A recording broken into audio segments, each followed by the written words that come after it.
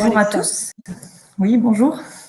Donc, on vous laisse présenter en 10 minutes votre retour d'expérience sur ce projet de l'UNISTRA. Tout à fait. Alors, j'ai une présentation en parallèle. Je vais quand même essayer d'être assez dynamique. Du coup, la restructuration de l'IPCB que l'Université de Strasbourg a mis en place, c'est une restructuration qui s'inscrit dans une opération globale dite Opération Campus, dont vous avez peut-être déjà entendu parler, que je peux du coup vous présenter en quelques chiffres. Voilà, enfin, en gros, l'opération Campus, c'est un appel à projet qui a été lancé par l'État en 2009 et qui proposait aux universités de France d'améliorer leur patrimoine immobilier. Donc, dans la diapo numéro 3, je vous ai mis quelques chiffres clés de l'opération Campus, mais aussi de l'université, où on voit que l'Université de Strasbourg, c'est donc quand même 52 000 étudiants et 6 000 personnels, avec 150 bâtiments pour une surface à peu près de 580 000 m². Donc c'est un patrimoine important, et on a profité de cet appel à projet de l'État pour mettre un peu d'argent dans nos caisses, pour pouvoir rénover et renouveler notre patrimoine immobilier, enfin une partie en tout cas. Voilà, donc l'IPCB, la restructuration de l'IPCB, donc de l'Institut de physiologie et de chimie biologique, s'est inscrite dans cette opération plus globale d'opération Campus. Quelques chiffres encore dans la diapo suivante, où sur l'IPCB spécifiquement, donc qui est une rénovation de 9 millions d'euros, dont 6 millions pour les travaux, donc 9 millions d'euros, c'est l'opération vraiment toutes dépenses confondues, pour une surface de plancher de 4 700 m². Et là où c'est intéressant, c'est qu'on a vraiment profité de cette opération pour faire un retraitement complet du bâtiment. Donc à la fois la mise aux normes techniques, sécuritaires, accessibilité, énergétique, mais aussi l'amélioration de la réponse du bâtiment aux besoins actuels, puisque c'est un bâtiment qui date des années 60, et donc forcément les usages ont évolué depuis, et l'idée c'était voilà, de reprendre complètement le bâtiment de A à Z pour le mettre au goût du jour, on va dire tant normatif qu'au niveau de l'usage.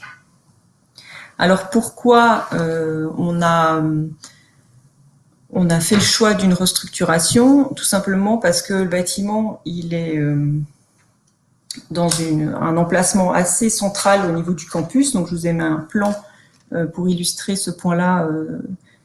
Voilà, donc on voit le campus de l'Esplanade qui est sur quasiment toute la partie visible du plan.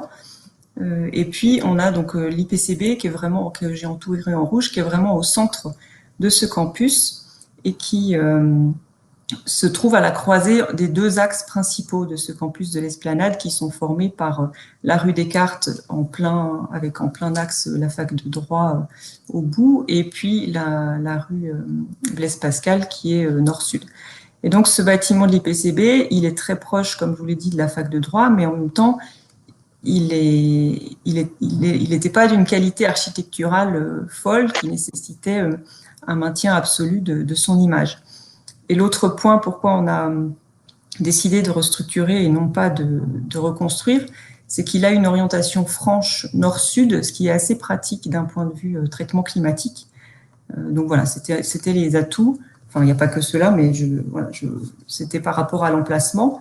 Et du coup, après, je vous ai mis une petite photo du bâtiment tel qu'il était avant restructuration. Donc voilà, on voit un bâtiment des années 60, très classique, très tramé, mais sans langage architectural particulier. Un bâtiment qui avait très mal vieilli. Les fenêtres étaient pour la plupart condamnées parce que si on les ouvrait, elles risquaient de se décrocher. Des fers de la structure béton qui commençaient à devenir apparents.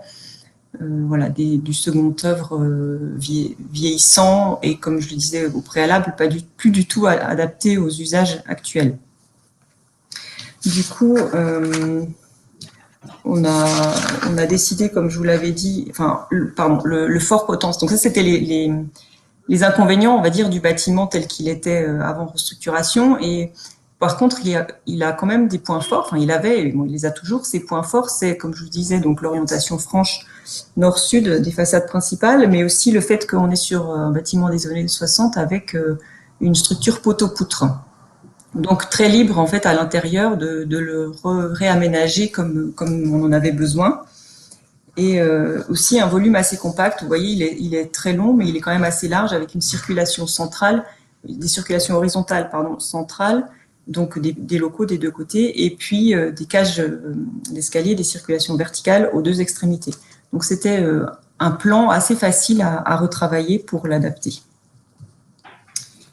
Voilà, donc du coup, on a vraiment retravaillé l'ensemble du bâtiment pour l'améliorer donc au niveau de la performance énergétique, et donc l'image aussi a complètement changé. Donc je vous ai aussi mis l'après, voilà, sur la diapo suivante.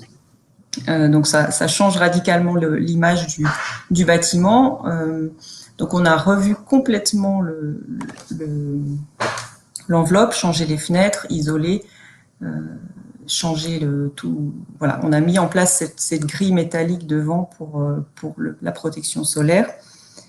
Et à l'intérieur, du coup, on a aussi complètement tout vidé. Voilà, donc on a une image du curage, voilà, qui a été fait.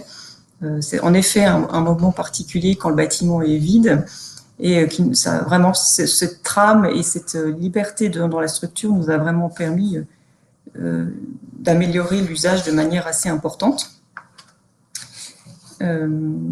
Voilà. Après, on a, en termes d'isolation, fait le parti de prendre un isolant en fibre de bois pour apporter une notion de biosourcé et aussi pour améliorer le confort d'été. Et là, on voit donc une image de l'intérieur où on voit aussi la limitation des systèmes, parce que pour nous, à l'université, on a le souci de construire et d'avoir des bâtiments, de rénover des bâtiments pour notre usage, mais après, c'est aussi nous qui les maintenons. Et du coup, on est très attentif quand on fait des projets à notre capacité ensuite à maintenir le bâtiment dans un état viable durablement. Donc, on axe beaucoup nos constructions, quand c'est possible, ou nos rénovations, sur une limitation des systèmes. Donc là, vous voyez, par exemple, on n'a pas de faux plafond. Ça permet une flexibilité totale dans l'usage et dans la réponse technique à l'usage.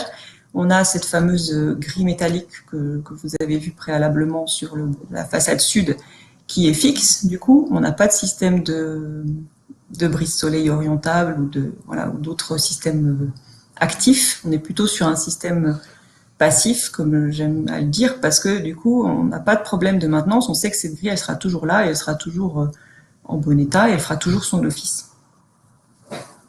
On a aussi profité de cette rénovation pour améliorer évidemment le système de chauffage. Après, là, je vois, elle est... Et du coup, donc le chauffage, on a refait une régulation nord-sud, voilà, pour améliorer. Et puis on a revu toute la partie ventilation. On a mis des luminaires LED. Enfin voilà, en gros, on a vraiment fait quelque chose de général sur tout le bâtiment. Voilà, je ne sais pas s'il faut creuser, le temps est passé, donc je m'interromps. Oui. Merci beaucoup, Alexia, pour cette présentation concise. Après, voilà, ceux qui souhaitent creuser pourront prendre contact directement avec vous via les B2B.